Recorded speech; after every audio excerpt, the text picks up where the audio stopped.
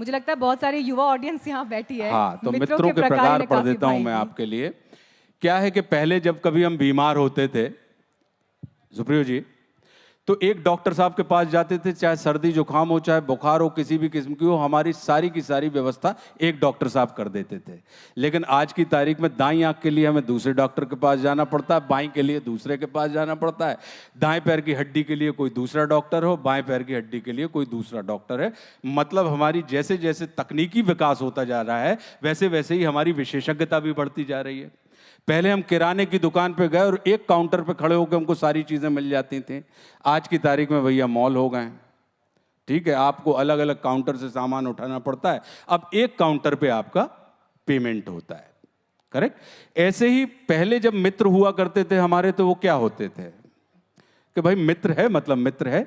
लेकिन अब चूंकि तकनीकी विकास हुआ है तो मित्रों के भी आकार प्रकार में परिवर्तन होने लगा है और मित्रों की भी कई किस्म की कैटेगरीज होने लगी हैं। तो वो कितनी कैटेगरीज हैं मैं वो आपको बता रहा हूं। सबसे पहले मैं मित्र बता दूं कि मित्र क्या होता है। मन को त्राण यानी कष्ट से मुक्त करने वाले को मित्र कहा जाता है। किंतु देश काल परिस्थितियों के अनुसार सिर्फ भाषा ही नहीं, हमारे भाव भी बदलते हैं। बदले हुए परिवेश में हम ये कह सकते हैं कि जो हमारे तन को प्राण से मुक्त करे, अर्थात जो हमारे प्राण ले ले, वो मित्र होता है। मित्र की कई प्रजातियां होती हैं। ज्योतिष में जैसे 9 ग्रह 12 राशियां होती हैं, कुंडली में इन सभी ग्रहों और राशियों का अपना विशेष स्थान और महत्व होता है। साहिबान ध्यान रखिएगा कि हमारी कुंडली का अच्छा बुरा होना इन्हीं ग्रहों की चाल और उनके प्लेसमेंट पर निर्भर करता है। वैसे ही हमारे मित्र भी होते हैं बिल्कुल भिन्न गति, भिन्न प्रकृति और स्वभाव वाले। मित्रों की चाल ही हमारी गति, सुगति या दुर्गति का कारण होती है। इसलिए आपकी सुविधा के लिए मित्रों के कुछ प्रमुख प्रकारों को यहां उल्लेखित करता हूं। पहली कैटेगरी है बाल सखा। इनके बारे में हम सब जानते हैं, हमारे बचपन के मित्र होते हैं जिनको हम बाल सखा कहते हैं। करेक्ट। इन्हीं में से कुछ आगे चलकर हमारे काल सखा बन जाते हैं। काल सखा क्या है? काल सखा उसे कहा जाता है जो कालांतर में समय काल परिस्थितियों को ध्यान में रखते हुए लाभ हानि के गणित से आपका मित्र बनता है और स्वार्थ सिद्ध होने के बाद आपको दूध में पड़ी हुई मक्खी बताकर फेंक देता है। काल सखा मित्रता के लिए काल के जैसा भी होता है। वो मित्र को समाप्त करने के साथ साथ मित्रता को भी लील लेता है और उसे उद्रस्त करने के बाद डकार भी नहीं लेता। फिर होता है पाल सखा। ये वे मित्र हैं जिनके पालन पोषण की जिम्मेदारी हमारी होती है। मनोज भैया आपके पास बहुत होंगे ऐसे। ये वे मित्र हैं जिनके पालन पोषण की जिम्मेदारी हमारी होती है। ये हमारे सोकर उठने से पहले हमारे सामने उपस्थित हो जाते हैं और हमारे सोने तक ये हमारे सामने उपस्थित रहते हैं। आपके द्वारा दुत्कारे जाने, भगाए जाने का बुरा नहीं मानते। ये मान अपमान से ऊपर उठे हुए होते हैं, लगभग वीतरागी अवस्था को प्राप्त कर चुके होते हैं। फिर चौथी कैटेगरी है ढाल सखा। ये हमारे लिए ढाल के जैसा काम करते हैं। हमारी तरफ आने वाली हर विसंगति को ये अपने ऊपर झेल लेते हैं।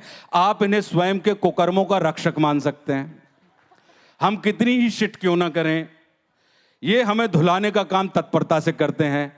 आप इन्हें अपनी मम्मी का सब्स्टिट्यूट भी मान सकते हैं। फिर होता है जाल सखा। ये आपके इर्द गिर्द जाल बिछाने का काम करते हैं।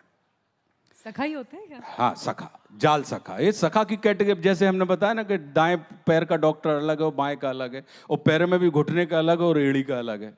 ऐसे ही मित्रों की कैटेगरी है।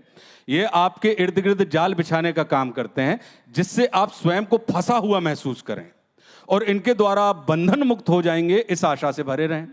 किंतु ये आपको एक जाल से निकालकर दूसरे जाल में फंसा देते हैं। ये मूलतः जालसाज होते हैं। स्मरण रखिए, साज यानी वाद्य यंत्र जो बजता है, और साजिंदे मतलब वाद्य यंत्र को बजाने वाले। तो कुल मिलाकर ये मित्र आपको या आपकी बजाते रहते हैं। सबके पास होंगे ऐसे। फिर होते हैं हाल सखा। अब आज की तारीख में मीडिया बहुत बढ़ गया है, सोशल मीडिया, तो ये नई प्रजाति पैदा होती है। ये वो हैं जो हर हाल में सबसे पहले आपका हाल पूछते हैं, आपकी पूरी जानकारी जन्म प्रमाण पत्र से लेकर आधार कार्ड तक अपने पास होने का दावा करते हैं। इन्हें आपकी समस्या के उपचार में नहीं, इन्हें आपकी समस्या के प्रचार में रुचि होती है। प्रचार ही उपचार है कि मंत्र का ये जुनून की हद तक पालन करते हैं, जिसके कारण संसार को यह भ्रम उत्पन्न हो जाता है कि सिर्फ ये ही आपके सबसे ज्यादा सगे वाले हैं। आप अपने जन्मदिन से लेकर उठावना तक आप इन्हें नहीं, इनके संदेशों को इंस्टाग्राम से लेकर सोशल मीडिया के हर उस प्लेटफॉर्म पर पाएंगे जिसमें संसार इनको नोटिस कर ले। क्यों? क्योंकि इन्हें आपसे नहीं, आपकी दुनिया से अधिक मतलब होता है। यह बेहद खतरनाक रिश्ता होता है, इससे बच पाना भगवान के लिए भी कभी कभी बहुत मुश्किल हो जाता है। फिर होता है चाल सखा। ये आपकी तरक्की को पहले ही सूंघ लेते हैं। इन्हें पता होता है कि अब आपकी चाल बढ़ने वाली है, इसलिए ये आपको तभी पकड़ लेते हैं जब आप दौड़ने से पहले वार्म अप की प्रक्रिया में होते हैं। आपका मनोबल कितना ही बढ़ा हुआ क्यों ना हो, ये फिर भी आपके बड़े बढ़ाए मनोबल को बढ़ाने का काम करते हैं, जिससे आप अपनी सफलता का श्रेय इनकी झोली में डालकर इनके प्रति अनुग्रह के भाव से भरे रहें। मूलतः ये चलती गाड़ी में लपक कर चढ़ने में विश्वास रखते हैं, और यदि किसी कारणवश आपकी चलती हुई गाड़ी कुछ समय के लिए रुक जाए तो ये आपकी गाड़ी को छोड़कर दूसरी चलती गाड़ी में लपक कर चढ़ने में देर नहीं करते। फिर होते हैं माल सखा। ये आपके नहीं, आपके पास उपलब्ध माल के सखा होते हैं, किंतु आपको इस बात की भनक तक नहीं लगने देते। ये मूलतः आपकी जली जलाई बीड़ी से अपनी बुझी हुई बीड़ी को जलाने की जुगत में लगे रहते हैं। इनके पास अपनी माचिस नहीं होती। नोट स्मरण रखें, भारत में माल के कई अर्थ होते हैं, तो अपने माल की रक्षा करना आपकी नैतिक जिम्मेदारी है।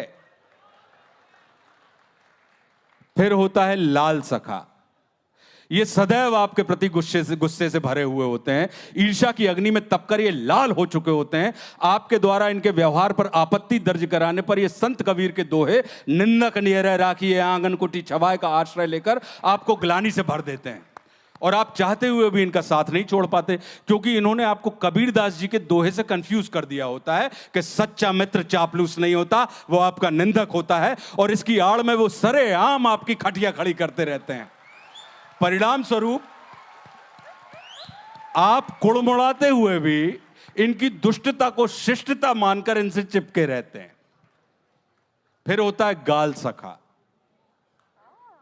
गाल सखा, ये सिर्फ आपके पक्ष में गाल बजाने का काम करते हैं। धोखे से यदि आपने दिन को रात कह दिया है तो ये तुरंत सूर्य को चंद्रमा बताने लगेंगे, और इतना कि एक समय बाद आपको स्वयं लगने लगेगा कि तपता हुआ सूरज स्वयं शीतल चंद्रमा है। फिर होता है टाल सखा। ये आपको या आपसे संबंधित किसी भी बात को टालने में महारथी होते हैं।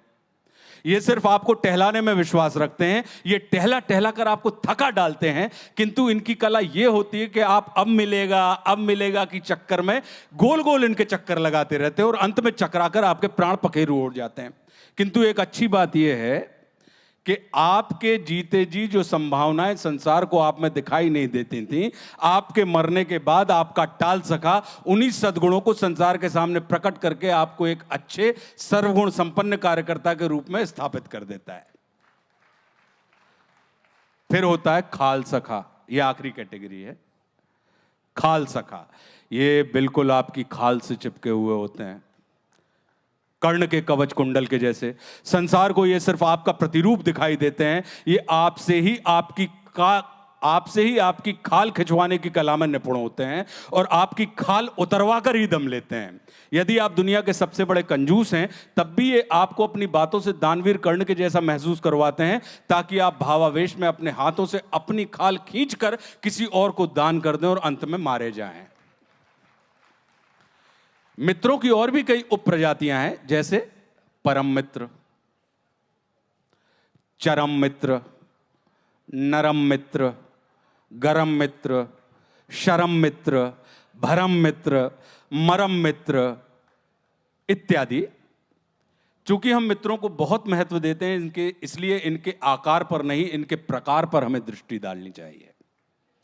स्मरण रखिए, मित्रता एक विचार है, इसे व्यक्ति मानने की भूल ना करें। मित्रता एक विचार है, इसे व्यक्ति मानने की भूल ना करें।